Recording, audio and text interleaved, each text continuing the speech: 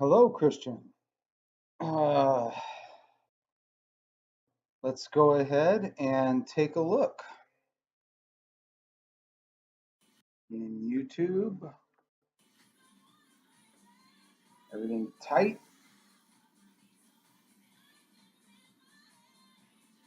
Good. Hey, knee slide's a little bit better tonight. Let's take a look at that again.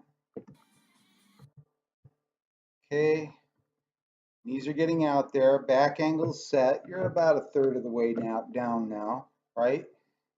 Your knees shouldn't get too much more forward than that. Back angle looks good, right? Then you just lower your hips. These are still coming a little bit forward, but then look at that. Now your knees are just hinges. They're not sliding forward anymore. And drive hips up. Now you want to try and keep them out there and not let your back angle change too much on the way up. Pretty big improvement overall though. Let's get that wrist straightened out, Christian. Good. I want a vertical bar path. Bar over the middle of the foot. That left wrist is pretty torqued. Right wrist looks good, but this left wrist, you have to work on that. I can see you thinking about it. Good man. Much better on the knee slide. You're thinking about that too. All right, good. We are making incremental improvements. Things are getting better and better. Very nice. Good. Always stuff to work on, but I'm seeing improvements here. All right. Let's have a look at your pressage. The press that is overhead in nature. Elbows look a little bit more in front. I could use a tiny bit more, but that's definitely better. I can see in the mirror that it's better too. Good man. All right. Elbows in front. Elbows in front. There you go. That's my man. Good. And a very nice top position too, Christian. Very nice shrug up there. Good. A little bit too much knee in that hip thrust there. Keep the knees tight and you'll get more power out of that hip movement. Like that. Very good, Christian. Wow. All right. You're really cooking tonight. Very, very good. All right. Let's look at the next one. And I see that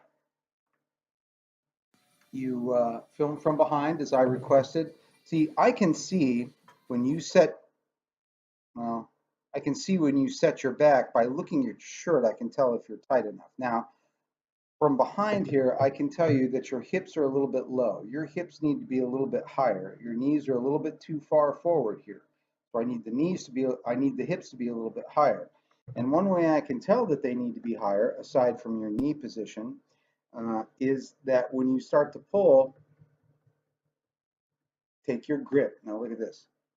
See, you're massaging the bar. Once you put your grip on the bar, you turn your grip to stone, Christian. Don't do this, right? The second thing that you do when you approach the bar, once it's over the middle of the foot, then you bend over and you take your grip on the bar. And then you're done with the grip. You take your grip tight and you turn it to stone. You are a bar massager. You're massaging the bar. And that is a little trick that your brain plays on you to take tension out of the setup, right? Don't fall for it. You take your grip on the bar, and once your grip is on the bar, it is set in stone, all right? Now, that's it. And then now you're raising your hips, good, but they never should have been that low in the first place. And they still have to come up a little bit when you start to pull, which means that they probably should have been that high to begin with. You are massaging the bar. So look here. So your hips are too low. You set them up a little bit higher. That's pretty good right there. All right.